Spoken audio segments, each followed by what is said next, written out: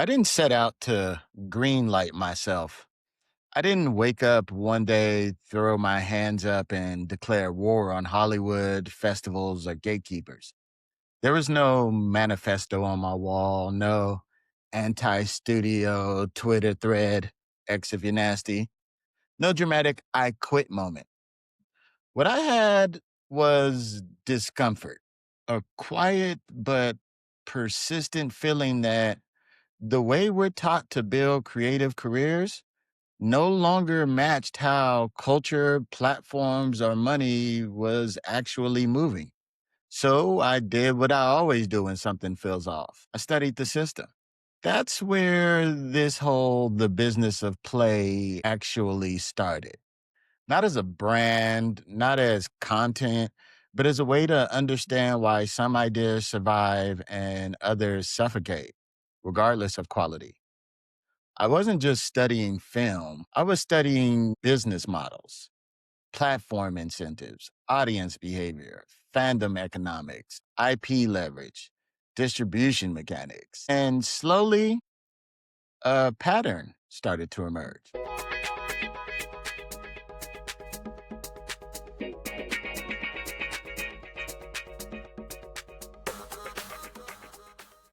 The first crack.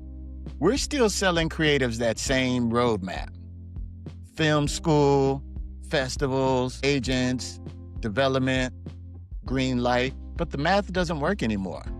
Festivals became lotteries.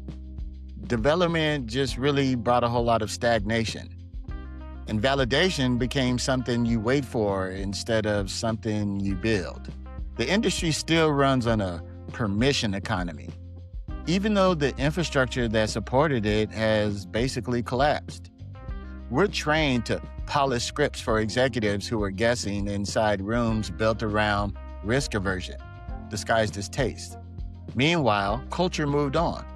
Creators didn't rebel, they adapted.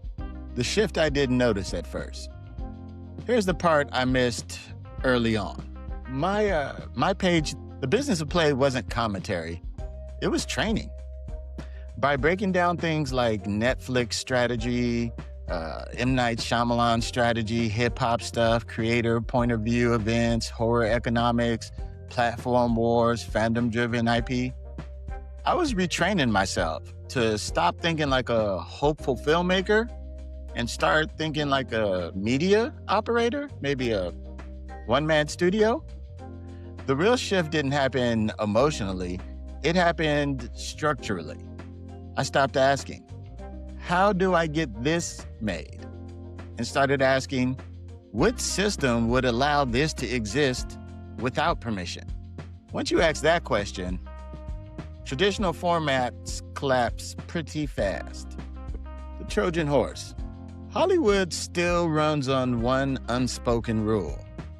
Most creatives are waiting for someone with a laminated badge to grant them permission to exist. Endless scripts, endless pitch decks, endless submissions that cost. But the power's already moved on. Audience ownership has replaced institutional validation. Where this actually comes from. This didn't start with filmmakers. I started noticing it with hip hop and musicians early. Mixtapes, street distribution, straight out of the back of the trunk, like guys E40 and them used to do in Northern California. Or even direct-to-fan economics, like guys like Currency and Larry June, artists like Russ, Tech Nine. They didn't wait for labels. They built demand first, ownership second, and then scale third. Then YouTube cracked it open. Issa Rae greenlit herself before HBO ever called. Drew Talbert crowned himself a showrunner on TikTok. Creators proved execution, not potential.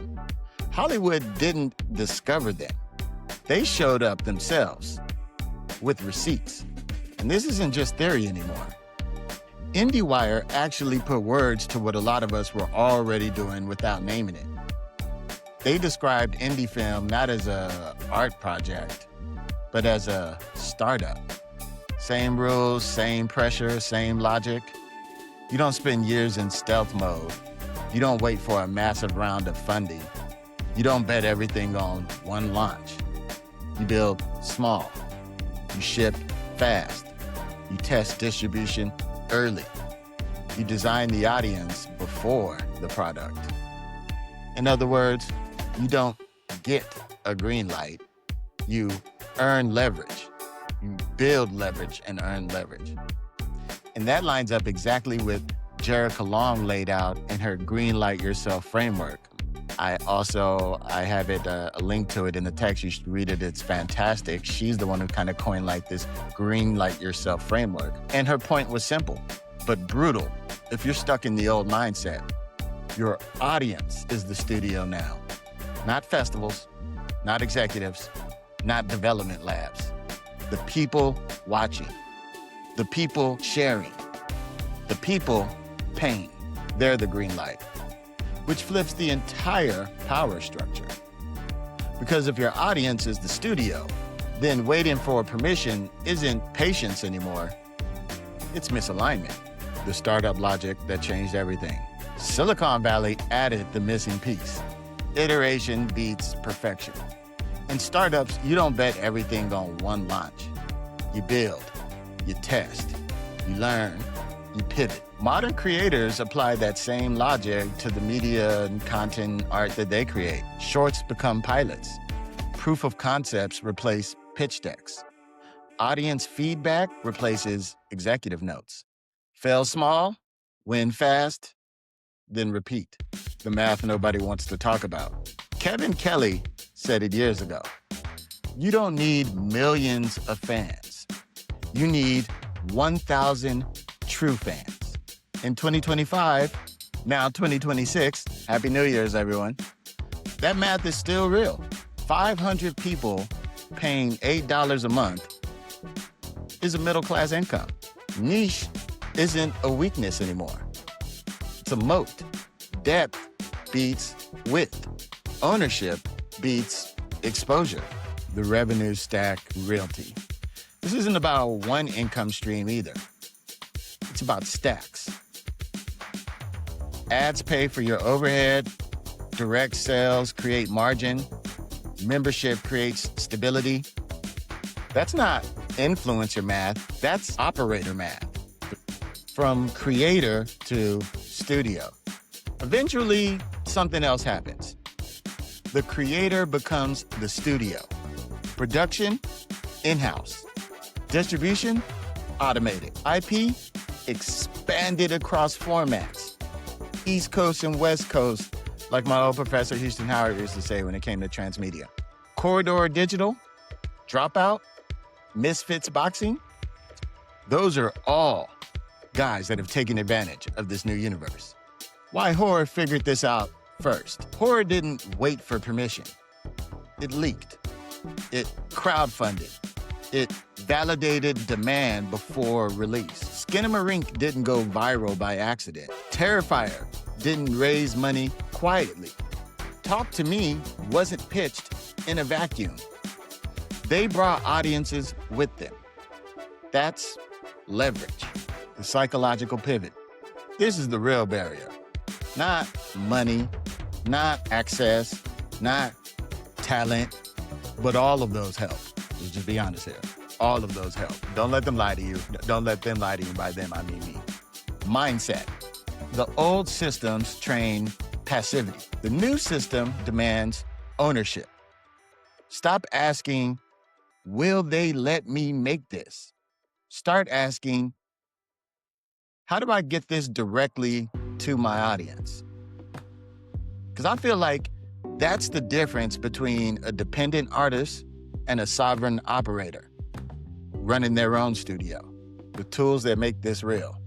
Film Hub automates distribution, Tubi removes friction, AVOD favors discovery, no upfront fees, no rights lockups, real data. This isn't theory, it's infrastructure. So what this actually means, you don't need permission anymore. You need clarity. Build an audience before scale, prove execution before pitching, design distribution before production. The gatekeepers are still there. They're just guarding a kingdom that doesn't don't matter in the same way anymore, because if you can't get in the kingdom, you might just have to build your own.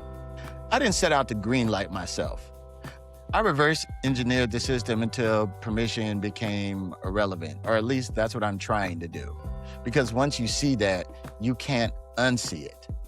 So I will be starting my own project called Block Fiction that I'll be putting up, and I will keep you guys tuned right here at The Business of Play, according to Clay. Happy New Year's, everyone. Greenlight yourself, because the game has changed. Peace.